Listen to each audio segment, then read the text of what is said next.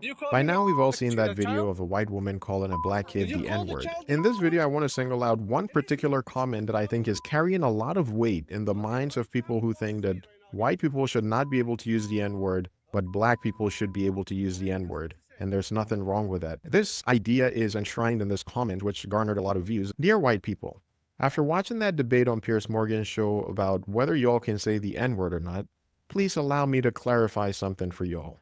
This is the United States of America.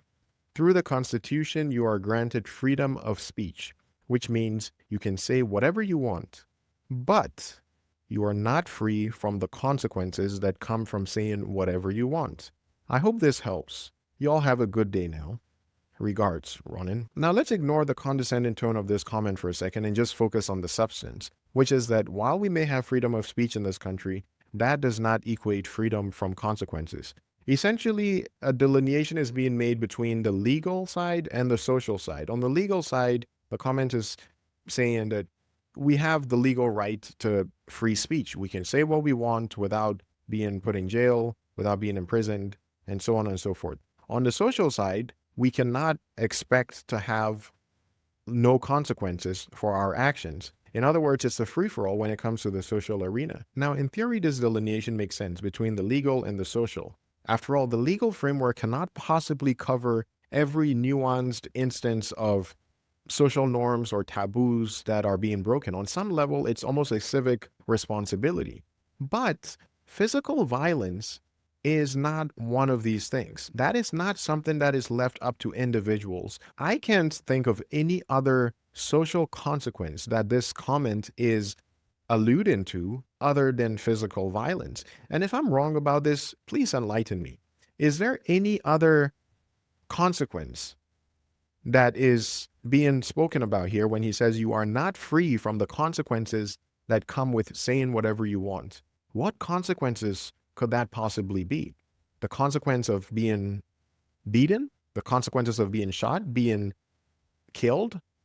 These are consequences that people face for using the N word. And these are not legal consequences. That is the difference here. We can talk about social consequences that, while legal, might be questionable, but what we're talking about here are illegal social consequences. So, for one, we should not be condoning illegal behavior as a justifiable reaction towards free speech, as controversial as that speech might be. This is a slippery slope. Because do we really want to live in a country where the illegal reactions to things that we say are justified so long as they fly under the radar?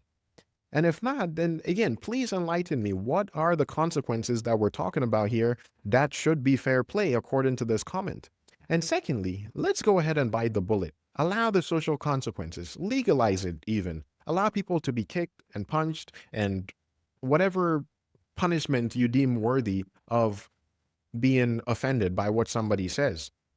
Do you really think that that is where the consequences end? Do you think those people are not themselves going to turn around in one way or another and dish out their own form of vengeance or consequences or reactions? Is that really the country that we want to live in? As an addendum to this, case in point here is this lady at the center of this public frenzy, who has now raised close to $1 million at the time of making this video.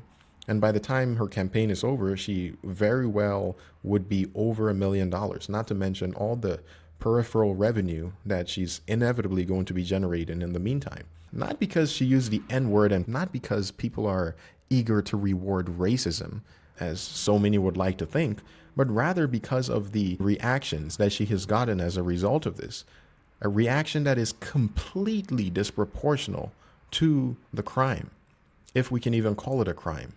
To use language that people do not like. The double standards, the cancel culture, the egregious racism that has continued to proliferate through society as we turn a blind eye to people at the receiving ends of this simply because they are white. And somehow that is supposed to justify any criminal behavior that is encouraged or visited upon them. Are we really surprised that people are pushing back against this idea? So while this idea might sound empowering, it's like, oh, I dare you. Go ahead and use this word and see what happens. That only serves to lead us to a very dark place. And I assure you, Mr. Ronan, and people who think like this, That is not a world that any one of us would like to live in. If you want to make a case for why the N word should be allowed with blacks and not with whites, by all means, have a field day. But I would highly recommend you look elsewhere, other than this highly insidious argument, which has gained so much traction for all kinds of misguided and narrow minded reasons.